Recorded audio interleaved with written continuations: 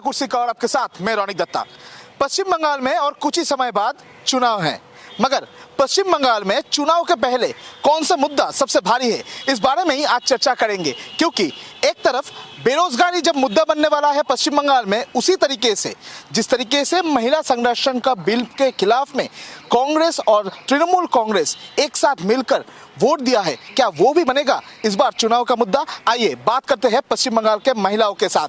Madam, पश्चिम बंगाल में चुनाव का माहौल है, बहुत सारे इशू है, मगर जिस तरीके से कांग्रेस सीपीएम हो या जो इंडी गठबंधन है, जिस तरीके से महिला संरक्षण बिल के खिलाफ में चुनाव में वोट दिया है, वो क्या एक इशू बनने वाला है पश्चिम बंगाल चुनाव में? पश्चिम बंगाल में तो बनेगा ही बनेगा, क्योंकि देखिए ममता बनर्जी खुद मुख्यमंत्री है, महिला मुख्यमंत्री, फिर भी वो तो इंडी जोट का बोलते हैं, खुद को लीडर बनते हैं, लीडर मानते भी है और लीडर बोलते भी है, लेकिन पश्चिम बंगाल में उसका तो कोई ग्रहणयोग्यता ही नहीं, उसको मानते भी नहीं अभी, क्योंकि वो अभी जाने वाली है, सभी जान गया है।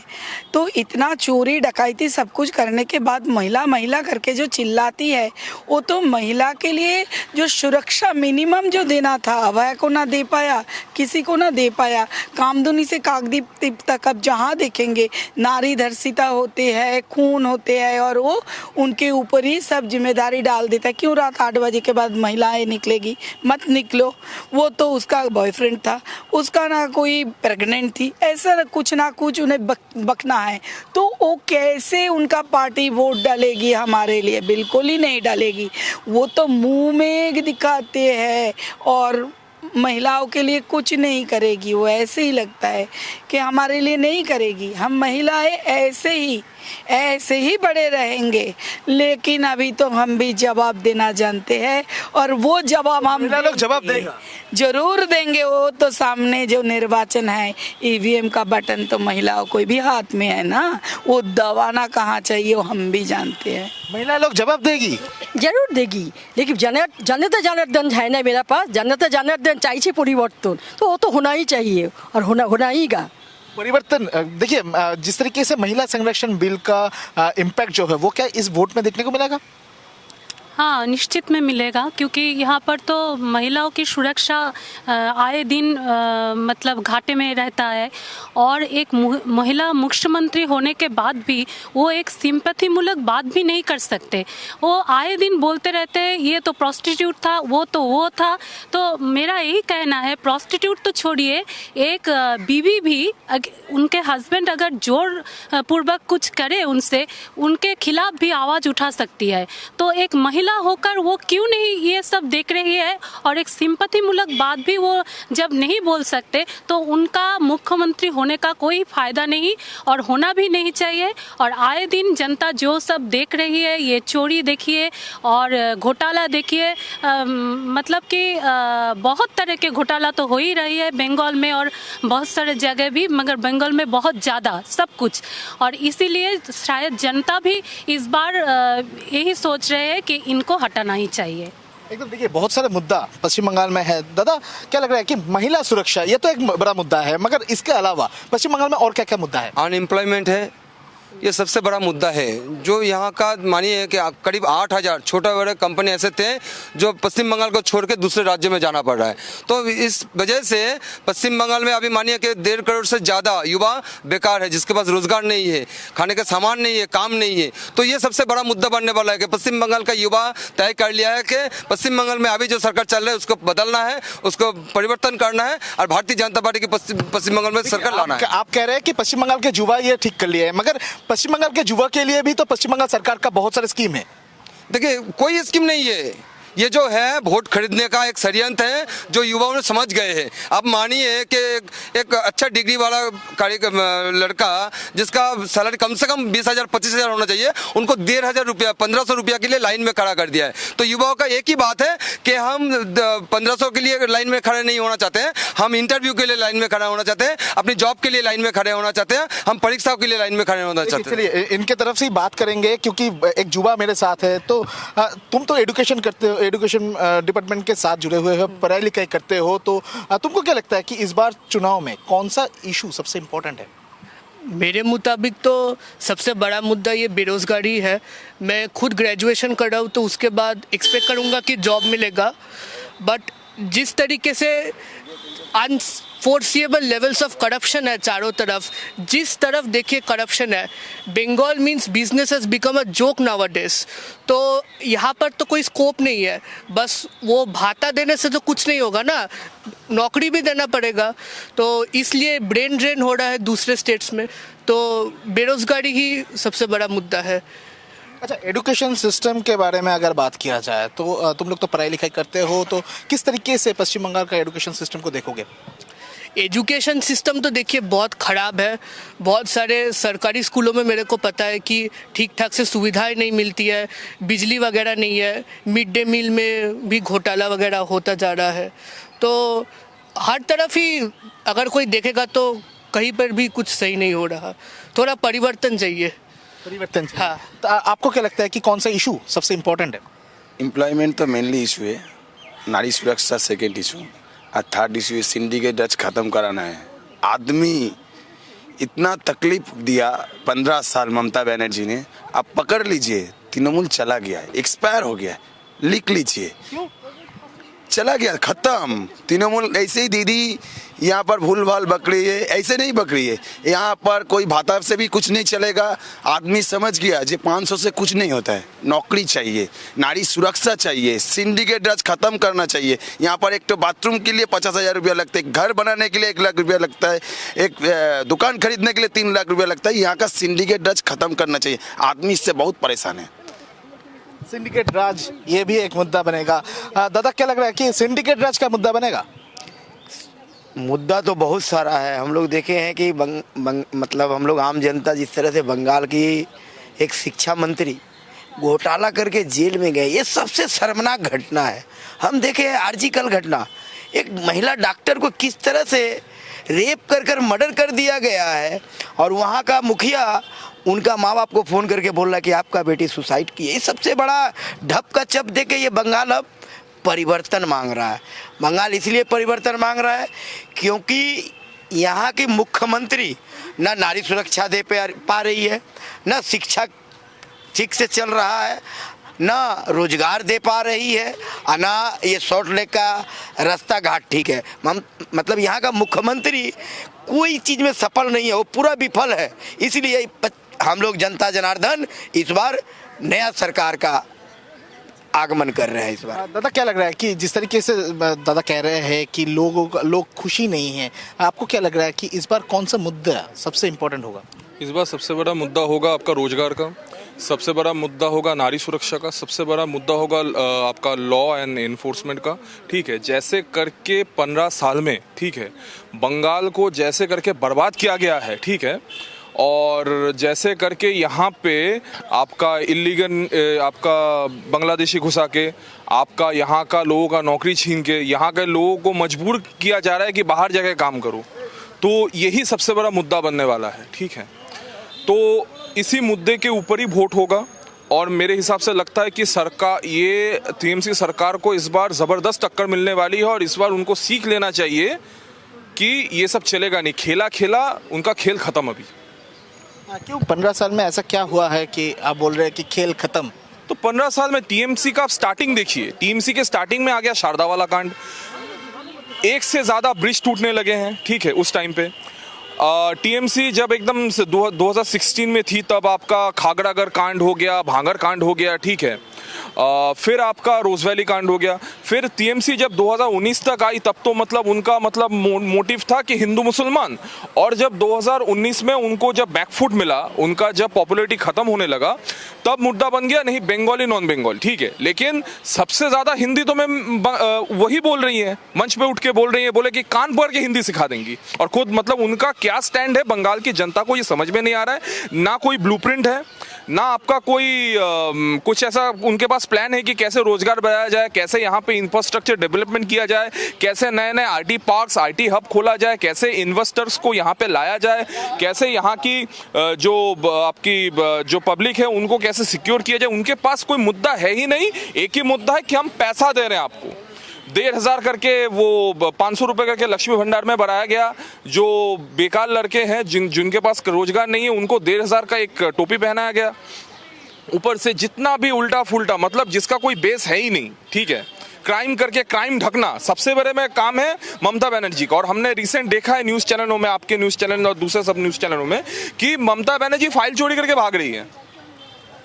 ठीक है, तो यही जनता देख रही है और इसी से ही आपका हम लोग तय करेंगे कि हमको कैसे वोट देना है, कैसे क्या करना है। चलिए एक बुजुर्ग से भी बात करते हैं। सर, आपको क्या लगता है कि बहुत सारे चुनाव आप देखे हैं, तो इस बार चुनाव में कौन सा फैक्टर सबसे ज्यादा इंपॉर्टेंट है?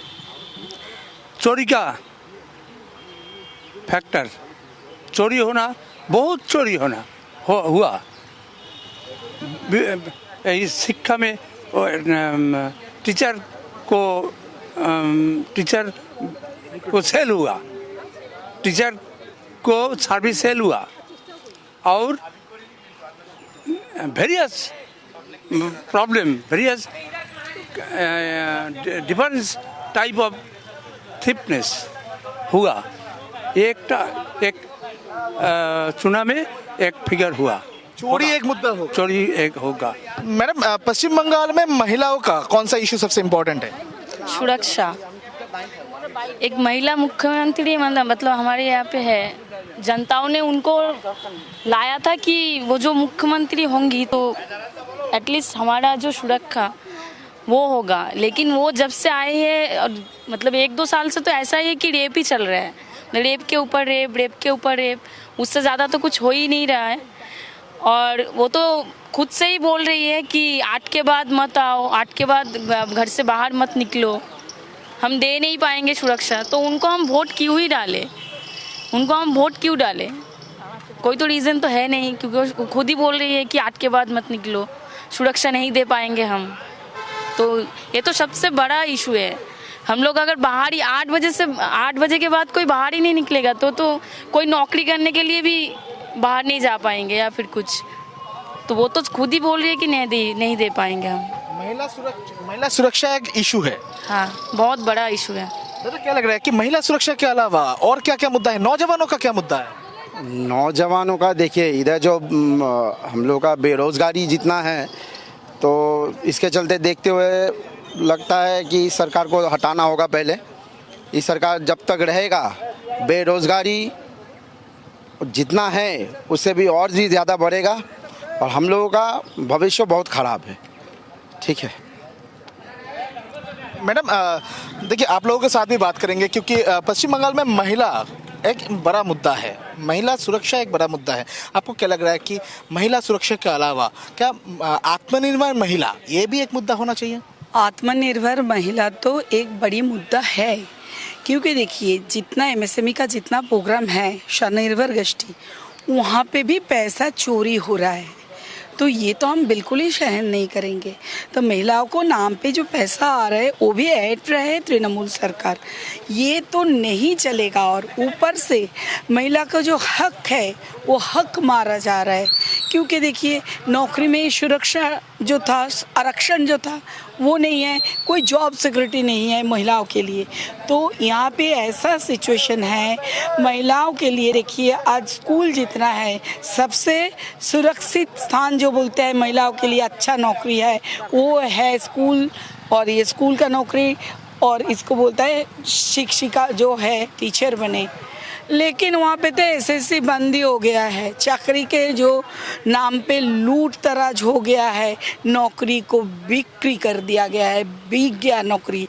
ये जो मेधा यहाँ का जो जितना जो सच में स्कॉलर है उनका तो सच में ही पूरा शिक्षा बिक चुका है। तो महिलाओं तो इसके अंदर है, तो उनका हक मारा गया है। तो हम तो चाहेंगे हक हम नहीं छोड़ेंगे, हक के लिए हम ज़रूर लड़ेंगे। हर जगह पे ये जो आशा कर्मियाँ हैं, ICDS है, हर जगह महिला है।